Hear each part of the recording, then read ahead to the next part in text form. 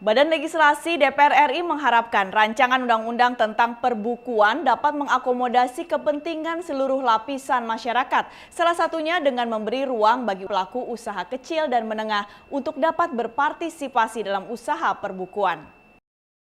Badan Legislasi DPR RI melakukan rapat tertutup dengan tim pengusul rancangan undang-undang tentang perbukuan yakni Komisi 10 DPR RI. Rapat dipimpin Wakil Ketua Badan Legislasi DPR RI Firman Subagio. Firman Subagio mengatakan pengusul rancangan undang-undang dalam hal ini Komisi 10 DPR RI masih bersikeras untuk menetapkan perusahaan percetakan yang ada nantinya harus merupakan badan hukum.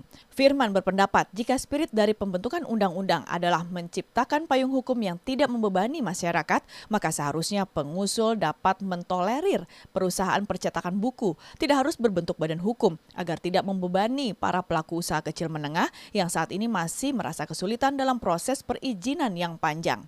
Dan kemudian kalau semua itu harus memulai badan hukum, maka mereka itu akan mempersulit dan dia akan mengalami problem di kemudian hari karena mereka harus kembali lagi mengurus izin usaha baru, buat akte notaris, padahal yang namanya percetakan kecil itu biasanya itu adalah sifatnya keluarga. Nah, ekonomi kita ini akan kita bangun melalui fondasi yang kuat yaitu penguatan terhadap usaha kecil menengah. Wakil Ketua Komisi 10 DPR RI Nuroji mewakili tim pengusul menjelaskan, dalam rancangan undang-undang perbukuan ini akan diatur seluruh aspek perbukuan, mulai dari sistem yang mencakup penulis, percetakan, penerbit, distributor, dan pembaca.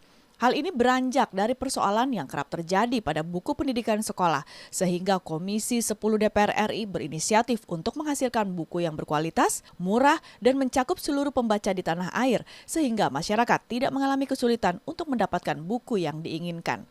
Karena dengan mahalnya harga buku, minat baca juga nggak akan meningkat gitu ya, salah satunya itu. Makanya tadi teman-teman dorong supaya buku umum juga lebih banyak mendapat fasilitas juga, termasuk pajak, impor segala macam atau bahan bakunya untuk percetakannya nanti.